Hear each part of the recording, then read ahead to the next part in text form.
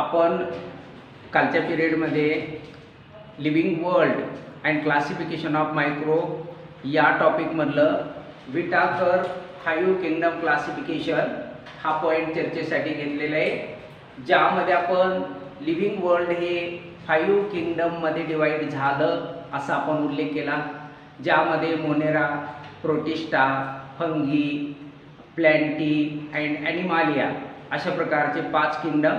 आपण आता प्रत्येक किंगडमवर त्याच्या कॅरेक्टरविषयी थोडं डिटेल्समध्ये नजर टाकू. समजा आपण किंगडम निवडणार पहिला मोनेरा, आणि तुम्हाला एक ॲक्टिव्हिटी त्यांनी दिलेली आहे पेज नंबर 2. हे जर तुम्ही पाहिलं तर त्या ॲक्टिव्हिटीमध्ये तुम्हाला सांगितले की एक butter milk, drop of butter milk, एक ग्लास स्लाइड घ्या आणि या ग्लास स्लाइडवर, ज्याला मराठीमध्ये आपण काचपट्टी असं म्हणू, ग्लास स्लाइड, आणि या ग्लास स्लाइडवर बटर मिल्कचा एक ड्रॉप मांडा.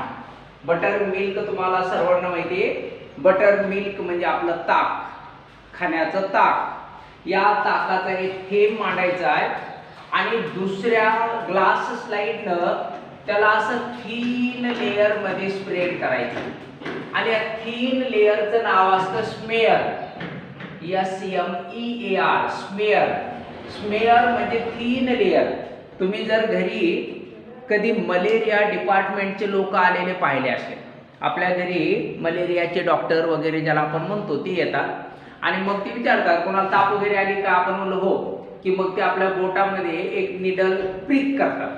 प्रिक करणं म्हणजे टोचणे. तिची जी निडल इंजेक्शनची तिला प्रिक करताय, टोचताय. इंजेक्शनच्या सुई टोचणं त्याला आपण प्रिक म्हणतो.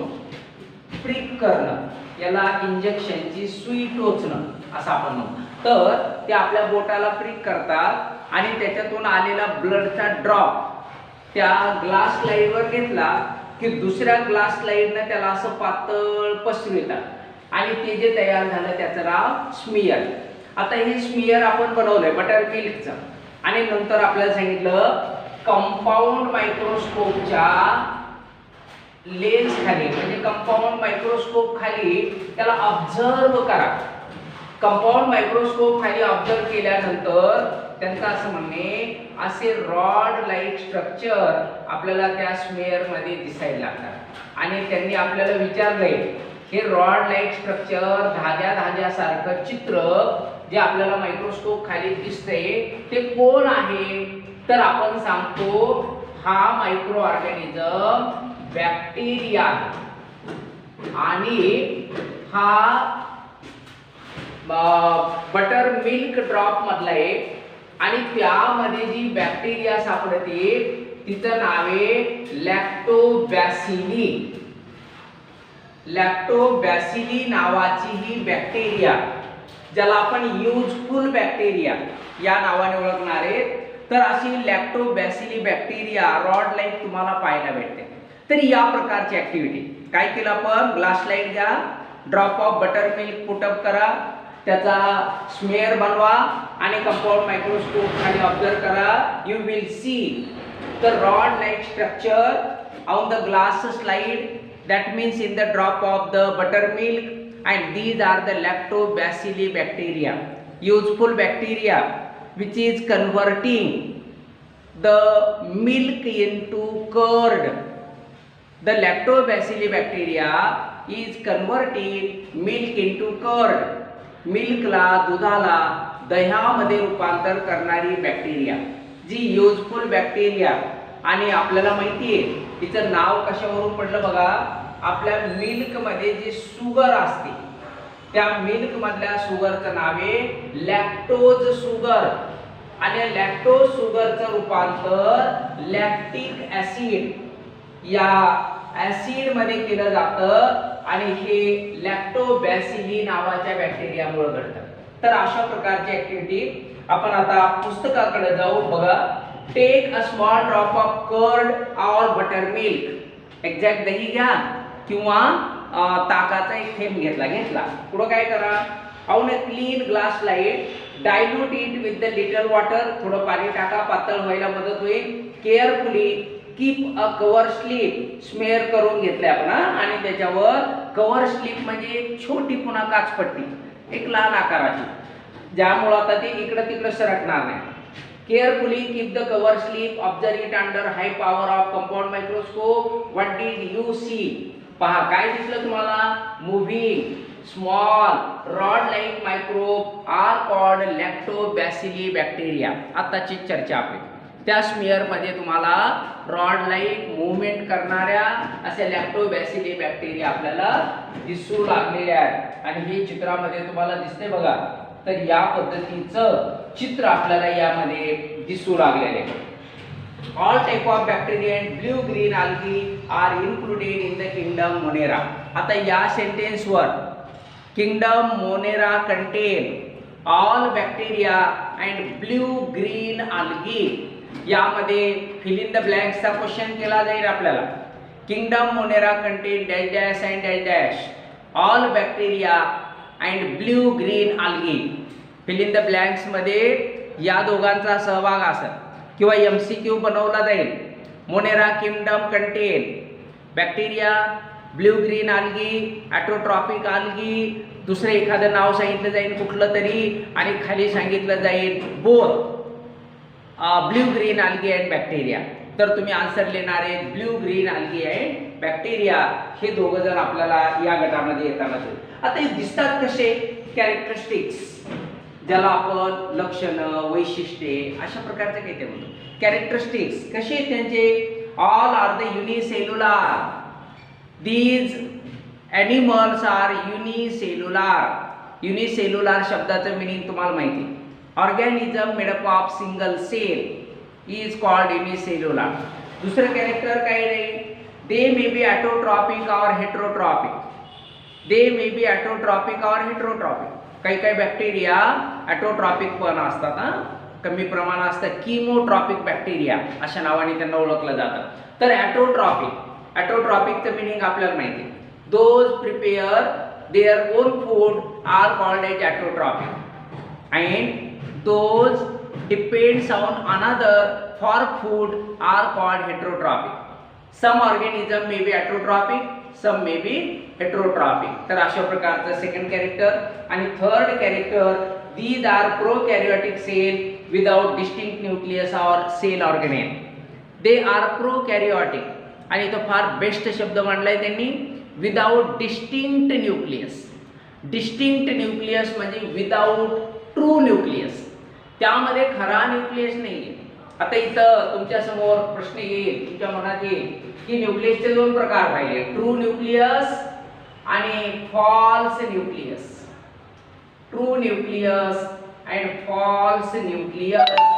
आता ट्रू न्यूक्लियस आणि फॉल्स न्यूक्लियस म्हणजे काय? Nucleus having nuclear membrane. Nucleus with nuclear membrane is called true nucleus and nucleus without nuclear membrane is called false nucleus. Such nucleus without nuclear membrane is called prokaryotic and the nucleus with nuclear membrane is called eukaryotic. आणि त्याला दुसऱ्या भाषेमध्ये distinct म्हणजे separate असणारा eukaryotic म्हणून सांगितलं. Cell is without distinct nucleus and other cell organelle. दुसरे cell organelle सुद्धा त्यामध्ये फारसे डेव्हलप नाहीये. सेल ऑर्गेनेल माहिती आपल्याला, part of cell, they are called cell organelle. आणि अशा प्रकारचं या मोनेरावर तुम्हाला एक 4-5 गोष्टी विचारते. काय विचारते? एक तर यामध्ये कोण कोण येतं, कर्ड किंवा बटर मिल्क मध्ये असणाऱ्या बॅक्टेरियाचं नाव लिहा आणि तिसरा कॅरेक्टरिस्टिक्स. बस असे एकूण 3 क्वेश्चन तुमच्या समोर आले. मोनेरामध्ये कोण कोण येतं, कर्ड किंवा बटर मिल्क मधल्या बॅक्टेरियाचं नाव लिहा आणि त्यांचे एक 3-4 कॅरेक्टरिस्टिक मांडा. युनिसेल्युलर आहे, काही हेट्रोट्रॉपिक ॲटोट्रॉपिक आहे आणि तिसरं प्रोकॅरियोटिक आहे विदाउट न्यूक्लियर मेम्ब्रेन किंवा विदाउट सेल ऑर्गेनेल. अशा प्रकारचा हा पहिला पॉइंट. त्यानंतर आपण दुसऱ्या गटाकडे जाऊ, प्रोटिस्टा. किंगडम प्रोटिस्टा ज्यामध्ये युग्लिना, पॅरामेशियम, अमिबा अशा प्रकारचे स्ट्रक्चर आपल्याला पाहायला भेटतात. इथं त्यांनी आणखी एक ऍक्टिव्हिटी करायची सांगितली की आता पॉन्ड वॉटर घ्या. पॉन्ड वॉटर, पॉन्ड या इंग्रजी शब्दाचं मिनिंग तुम्हाला माहिती आहे. पॉन्ड ज्याला आपण मराठीमध्ये काय म्हणतो, डबकं साठले. पावसाळ्याच्या दिवसामध्ये पॉन्ड्स निर्माण होतात. रोडच्या कडेला असणाऱ्या खोलगट जागेमध्ये पाणी साचतं आणि त्याला आपण पॉन्ड म्हणतो. आणि या पॉन्ड मधलं वॉटर घ्या आणि त्यांनी सांगितलं पुन्हा एकदा कंपाऊंड मायक्रोस्कोप खाली पहा तर तुम्हाला स्लीपर लाईट म्हणजे चप्पलच्या आकाराचं काहीतरी स्ट्रक्चर फ्लोएट होताना तुम्हाला दिसेल किंवा इरेग्युलर आकाराचं. स्लीपरच्या आकाराचं म्हणजे आपला पॅरामेशियम, जो पेज नंबर 2 वर दाखवलाय त्यांनी. पॅरामेशियम तुम्ही जर पुस्तकात चित्र पाहिलं तर पॅरामेशियम हा तुम्हाला इथं एक ढोबळ मानाने चप्पलच्या आकाराचा दिसतोय. Sole of slipper, sole of footwear, आपली जी चप्पल आहे फुटवेअर, या फुटवेअरच्या सोल सारखा, सोल म्हणजे खालचा तळवा आणि त्याच्या आकाराचा पॅरामेशियम तुम्हाला दिसतोय. दुसरं irregular shape organism that is amoeba.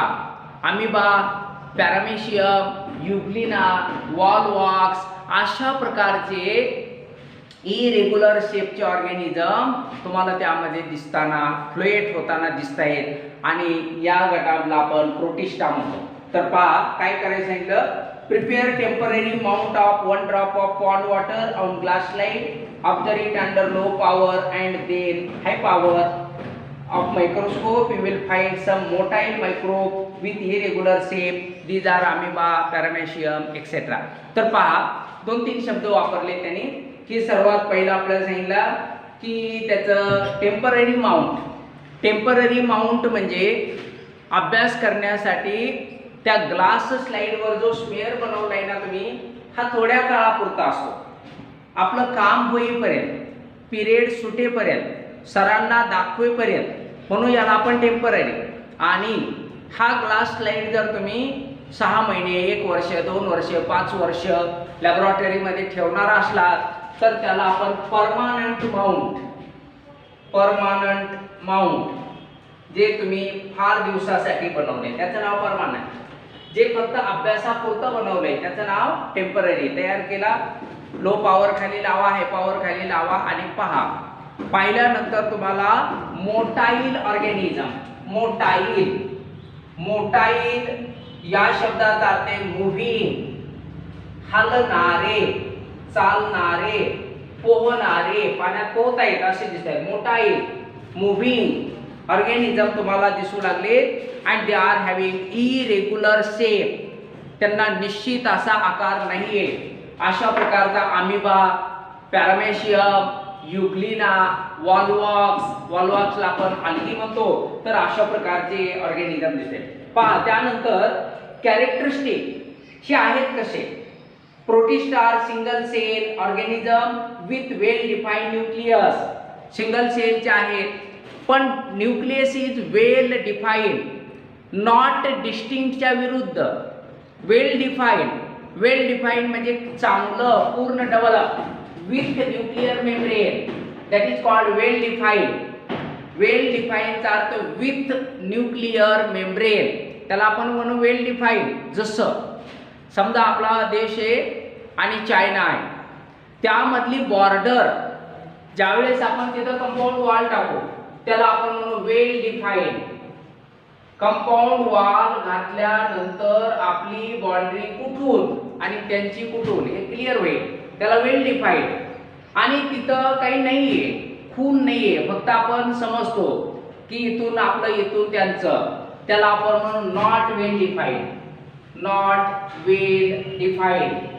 तर यांची सेल कशी आहे, with well defined nuclear membrane, well defined nucleus म्हणजे युकॅरियोटिक सेल आहे. त्यानंतर they have pseudopodia or hair-like cilia or whip-like structure for locomotion. pseudopodia amoeba मध्ये जे बॉडी पासून निघालेली आउटग्रोथ असते त्याला आपण सिडोपोडिया. सिडोचा मिनिंग आहे फॉल्स आणि पोडिया म्हणजे लेग. फॉल्स लेग, खोटे पाय, थोड्या काळापुरते पाय, त्याला आपण सिडोपोडिया. सिलिया, केसासारखे स्ट्रक्चर जे तुम्हाला पॅरामेशियमच्या बॉडीमध्ये दिसत आहे, सिलिया. आणि फ्लॅजेला जे युग्लिनामध्ये व्हिप लाईक स्ट्रक्चर, कालच्या व्हिडिओमध्ये आपण त्याचा उल्लेख केला, व्हिप लाईक स्ट्रक्चर. आणि काय कामाला येईल? फॉर लोकोमोशन, पोहण्यासाठी, जागा बदलण्यासाठी, चालण्यासाठी. मोटाईल म्हणजे ते मोटाईल आहे. आणि तिसरं character autotrophic. Euglena, volvox contain chloroplast. They are autotrophic. They prepare their own food. And examples are the volvox and the euglena. These are the autotrophic. आणि कशामुळं? They are autotrophic because of chloroplast. Chloroplast ज्याला मराठीमध्ये आपण हरित लवक असं म्हणतो आणि त्यामुळं ते ऑटोट्रॉप आहे. तर अशा प्रकारचे आज आपले हे दोन क्लास मोनेरा आणि प्रोटिस्टा दोघांविषयी वाचून घ्यायचं. कॅरेक्टरिस्टिक पाहायचे, गटात कोण कोण येतं त्याची यादी बनवायची, त्यानंतर त्यांच्यामध्ये कशा पद्धतीने आपण अभ्यास केला एक एक उदाहरण. तर या टाईपमध्ये आपण हे दोन गट आणि लवकरच आपण तुम्हाला असाइनमेंट म्हणजे होमवर्क देणार आहोत. त्यामध्ये क्वेश्चन येणार, तुम्ही ते व्यवस्थितपणे सोडायचे. तर आपण आज इथं थांबतो आहोत. चला.